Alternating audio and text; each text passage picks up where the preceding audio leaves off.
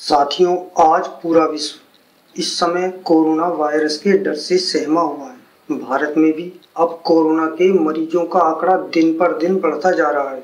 जैसा कि आपने पढ़ा या सुना होगा कि कोरोना वायरस से बचने के लिए कोई वैक्सीन या टीका अभी तक नहीं बना है। केवल सावधानी बरतकर वे अपने शरीर की प्रतिरोधक क्षमता यानी इम्यूनिटी सिस्टम को बढ़ाकर ही हम इस वायरस से बच सकते हैं। इम्यूनिटी सिस्टम बढ़ाने के लिए अनेक उपाय डॉक्टर्स द्वारा बताए जा रहे हैं। इन उपायों के साथ साथ हम अपने इम्यूनिटी सिस्टम को प्राणायाम के द्वारा भी बढ़ा सकते हैं। साथियों नमस्कार, मैं संजय कुमार गर्ग भारतीय साहित्य एवं संस्कृति चैनल में आपका स्वागत करता हूं। साथियों, लॉकडाउन का समय चल रहा है। ऑक्सीजन यानी प्राणवायु अपने उच्च स्तर तक शुद्ध है, जो तभी तक है जब तक लॉकडाउन है। हम कह सकते हैं कि प्रकृति प्राणवायु के रूप में हमें इस विभीषिका से बचने की दवा दे रही है। जितना हो सके इस प्राणवायु को अपने शरीर के अंदर भर लो, ताकि न केवल अब बल्कि आने वाले अनेक वर्षों तक हम बीमार ही न पड़े।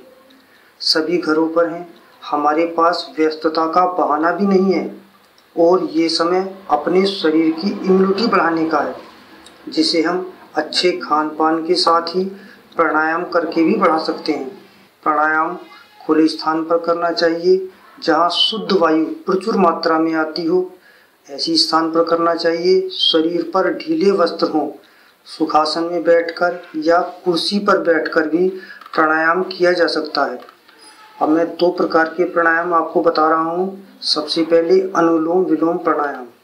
अनुलोम विलोम प्राणायाम करने के लिए आपको कमर, गर्दन और रीढ़ की हड्डी को सीधा करके बैठना है। प्राणायाम के लिए सीधे हाथ का प्रयोग करना है। इसके बाद तर्जनी और मध्यमा उंगलियों को दोनों भुवों के बीच में रखें। अंगूठे को नाक की दाहिनी ओर नासिका पर रखें। इसके बाद अनामिका और छोटी उंगली को नाक के बाईं नासिका पर रखें, नाक की बाईं नासिका पर रखें। अब बाईं ओर से नासिका से सांस लें। दाहिनी ओर की नासिका अंगूठे से बंद रखें।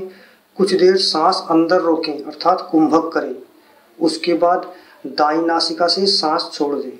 इसी प्रकार इसके बाद बाईं नासिका को बंद करते हुए आपको दाईं नासिका से सांस लेनी है और कुछ समय सांस को अंदर रोकना है, कुंभक करना है, फिर बाईं नासिका की ओर से सांस को छोड़ देना है। ये अनुलोम विलोम का एक चक्र होता है, एक चक्र पूरा होगा। इस प्रकार आप इस चक्र को 3 या 4 बार से प्रारंभ करके 20-25 बार तक ले जाएं। इस प्राणायाम से शरीर की इम्यूनिटी सिस्टम मजबूत होता है। नंबर 2, भस्त्रिका प्राणायाम। भस्त्रिका प्राणायाम करने के लिए आपको कमर, गर्दन और रीढ़ की हड्डी को सीधा करके बैठना है। अब आप अपनी आंखें बंद करें और सांस की गति को बढ़ा दें। आपको तेजी से सांस लेनी है और तेजी से छोड़नी है।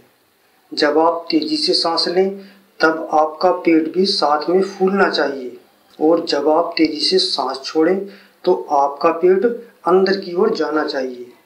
ऐसा आप 1 मिनट से बढ़ाकर 30 धीरे धीरे 10 मिनट तक बढ़ा सकते हैं। एक बार और देख लें। सुखासन में बैठ जाएं, अपनी आंखें बंद कर लें, सांस की गति को बढ़ा दें। आपको तेजी से सांस लेनी है और तेजी से छोड़नी है। जब आप तेजी से सांस लें तब आपका पेट भी साथ में फूलना चाहिए और जब आप तेजी से सांस छोड़ें तो आपका पेट भी अंदर की ओर जाना चाहिए। इस प्रकार आप इसे 1 मिनट से बढ़ाकर 10-15 मिनट तक कर सकते हैं। इस प्राणायाम से शरीर को अधिक प्राणवायु मिलती है, अधिक ऑक्सीजन मिलती है, जिसके कारण शरीर के अंगों में मौजूदा दूषित पदार्थ बाहर निकल जाते हैं। या कहीं इस प्राणायाम को करने से आपको ज़्यादा मात्रा में ऑक्सीजन मिलती है और शरीर से ज़्यादा मात्रा में कार्बन डाइऑक्साइड बाहर निकलती है। रक्त शुद्ध होता है, पुअर होता है, जिसके कारण शरीर में रोगों से लड़ने की एक नई ऊर्जा मिलती है।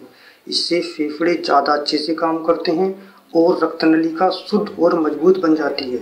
जिन व्यक्तियों का हाई ब्लड प्रेशर रहता है वो इस प्राणायाम को ना करें। साथियों, मेरा पूरा विश्वास है आप इस प्राणायाम, इन दोनों प्राणायाम से लाभ जरूर उठाएंगे और वीडियो को शेयर करके दूसरों को भी इसके फायदों के बारे में बताएंगे।